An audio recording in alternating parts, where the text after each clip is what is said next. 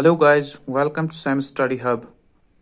आज के video lecture में हम एक्सरसाइज 1.4 के क्वेश्चन सॉल्व करेंगे।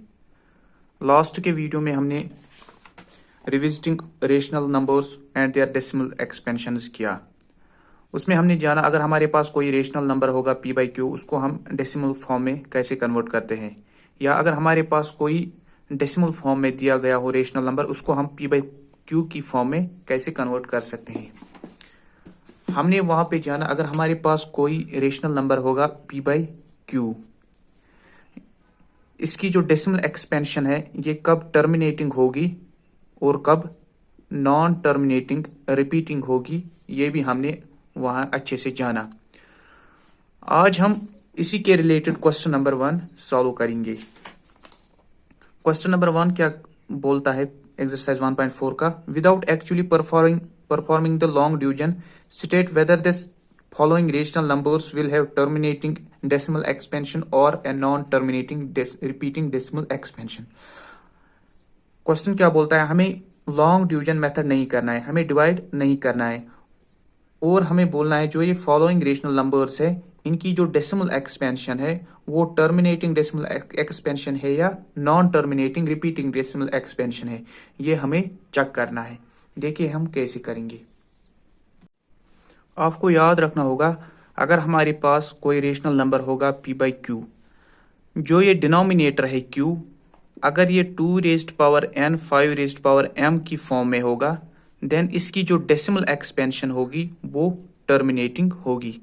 इसी तरह अगर q जो डिनोमिनेटर है p बाई क्यू का, अगर ये 2 रेज्ड पावर n होगा, तब भी जो डेसिमल एक्सपेंशन होगी वो टर्मिनेटिंग होगी।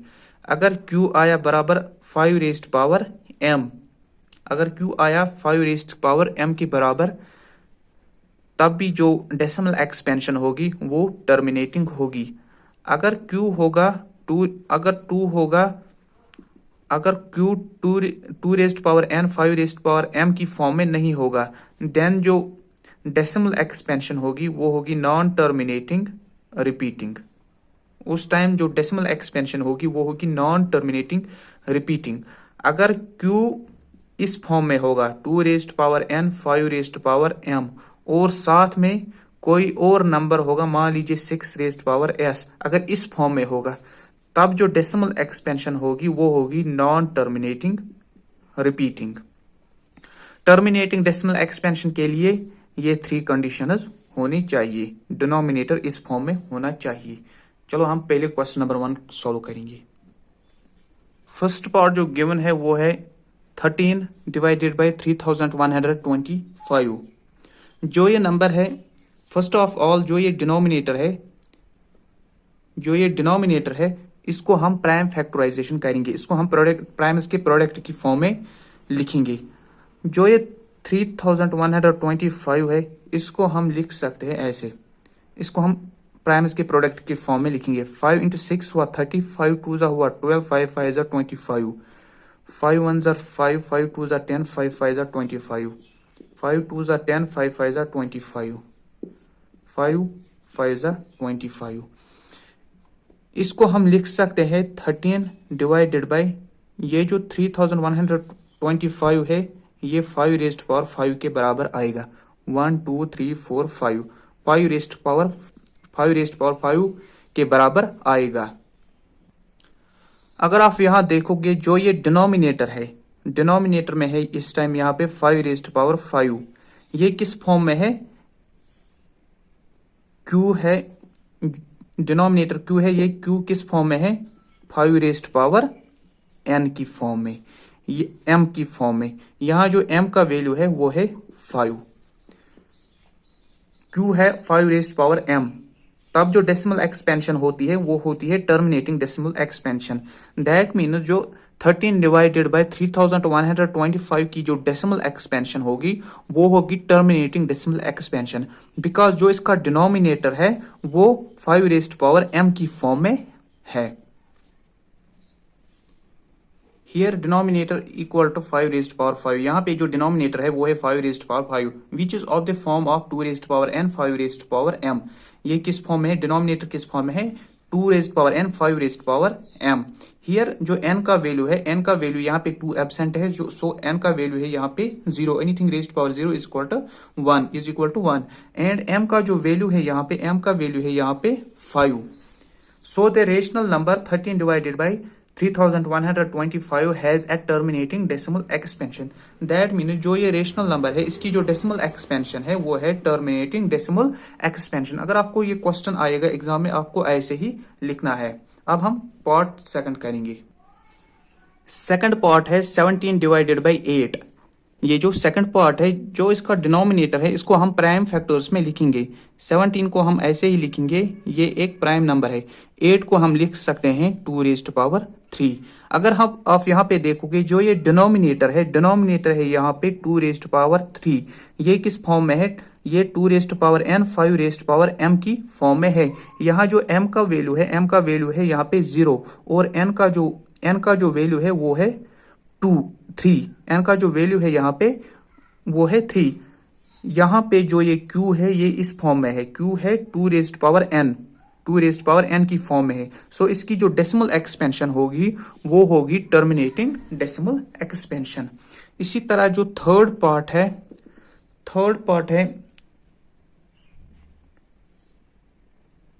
15 डिवाइडेड बाई 1600। जो ये 15 डिवाइड बाई 1600 है, 15 को हम लिख सकते हैं, 15 एक कंपोजिट नंबर है, इसको हम प्राइम्स की प्रोडक्ट की फॉर्म में ऐसे लिख सकते हैं। 15 को लिख सकते हैं हम 3 इंटू 5। जो ये 1600 है, 1600 की जो प्राइम फैक्टराइजेशन है वो है 2 रेज्ड पावर 6 इंटू 5 स्क्वायर। यहाँ से क्या होगा, यहाँ से एक 5 और एक 5 कैंसिल होगा, न्यूमरेटर और डिनोमिनेटर में एक 5 कैंसिल होगा। या ये किसके बराबर आएगा? 3 divided by 2 raised power 6 into 5 raised power 1। अगर आप यहाँ पे देखोगे, जो ये डिनोमिनेटर है 2 रेज्ड पावर 6 5 रेज्ड पावर 1, जो किस फॉर्म में है? 2 raised power n 5 raised power m की फॉर्म में। देयरफॉर जो इसकी डेसिमल एक्सपेंशन होगी वो टर्मिनेटिंग डेसिमल एक्सपेंशन होगी, बिकॉज जो डिनोमिनेटर है वो है 2 raised power n 5 raised power m की फॉर्म में। अब जो नेक्स्ट पार्ट है वो है 29 डिवाइडेड बाई 343। 29 एक ये प्राइम नंबर है, इसको हम ऐसे लिख सकते हैं, 29 को हम ऐसे ही लिखेंगे। जो ये 343 है ये 7 का क्यूब है, अगर आप यहाँ पे देखोगे डिनोमिनेटर यहाँ पे है 7 रेज्ड पावर 3, जो कि इस फॉर्म में नहीं है, 2 raised power n 5 raised power m। यहाँ पे होना चाहिए 7 के बदले अगर 2 या 5 होता तो इसकी डेसिमल एक्सपेंशन टर्मिनेटिंग होती, बट यहाँ पे 7 है। 7 क्योंकि जो यहाँ पे है वो 7 जो कि 2 raised power n 5 raised power m की फॉर्म में नहीं है, सो इसकी जो डेसिमल एक्सपेंशन होगी वो होगी नॉन टर्मिनेटिंग रिपीटिंग। इसकी जो डेसिमल एक्सपेंशन होगी वो होगी non terminating repeating. Next part जो है 23 divided by 2 raised power 3 5 square. अगर आप यहाँ पे देखोगे डिनोमिनेटर किसके बराबर है? 2 रेज्ड पावर 3 5 स्क्वायर, जो कि इस फॉर्म में है 2 raised power n 5 raised power m। n की जो वैल्यू है यहाँ पे 3 और m की वैल्यू है 2, ये इस फॉर्म में है। दैट मीन्स जो इसकी डेसिमल एक्सपेंशन होगी वो होगी टर्मिनेटिंग। इसकी जो डेसिमल एक्सपेंशन होगी वो होगी terminating decimal expansion. Next part है वो है 129 divided by 2 square 5 raised power 7 7 raised power 5। यहाँ पे जो डिनोमिनेटर है यहाँ पे जो डिनोमिनेटर बराबर 2 square 5 raised power 7 7 raised power 5। टू डिनोमिनेटर किस फॉर्म में होना चाहिए? 2 raised power n 5 raised power m, और साथ में है इसको 7 रेज्ड पावर s, ये इस फॉर्म में है। हमने यहाँ पे बोला अगर हमारे पास डिनोमिनेटर इस फॉर्म में होगा 2 raised power n 5 raised power n 6 raised power s, अगर साथ में कोई और नंबर होगा, जैसे यहाँ पे 7s साथ में है, तो इसकी जो डेसिमल एक्सपेंशन होगी वो होगी non terminating repeating. That mean जो ये रेशनल नंबर है इसकी जो डेसिमल एक्सपेंशन है वो है non terminating repeating. Next example जो है वो है 6 डिवाइडेड बाई 15। अब हमें इस को देखना है। जो ये 16 डिवाइडेड बाई 15 है, 16 एक कंपोजिट नंबर है, इसको हम लिख सकते हैं 3 इंटू 2, 3 इंटू 2 हुआ 6। और जो ये 15 है, 15 को हम लिख सकते हैं 3 इंटू 5। यहां से हम कैंसिल करेंगे, 3 और 3 होगा कैंसिल। ये किसके बराबर आएगा, 2 रेज्ड पावर 5। यहाँ पे जो डिनोमिनेटर है, डिनोमिनेटर इक्वल टू 5, डिनोमिनेटर 5 के बराबर है। अगर हम यहाँ पे 1 पावर में लगाएंगे, ये 5 के बराबर ही आएगा। जो डिनोमिनेटर है वो है 2 raised power n 5 raised power m की फॉर्म में। Denominator 2 raised power n 5 raised power m की फॉर्म में है। यहाँ पे n का जो वैल्यू है वो है 0, m का जो वैल्यू है वो है 1, बिकॉज यहाँ पे 5 ये q 5 रेज्ड पावर m की फॉर्म में है। सो इसकी जो डेसिमल एक्सपेंशन होगी वो होगी टर्मिनेटिंग डेसिमल एक्सपेंशन। इसकी जो डेसिमल एक्सपेंशन होगी वो होगी terminating decimal expansion. Next part है वो है 35 डिवाइडेड बाई 50। 35 एक कंपोजिट नंबर है, इसको हम लिख सकते हैं 7 इंटू 5। 7 इंटू 5 हुआ 35 डिवाइडेड बाई जो 50 है, इसकी जो प्राइम फैक्टराइजेशन है वो है 2 इंटू 5 स्क्वायर। 5 स्क्वायर हुआ 25, 25 इंटू 2 हुआ 50।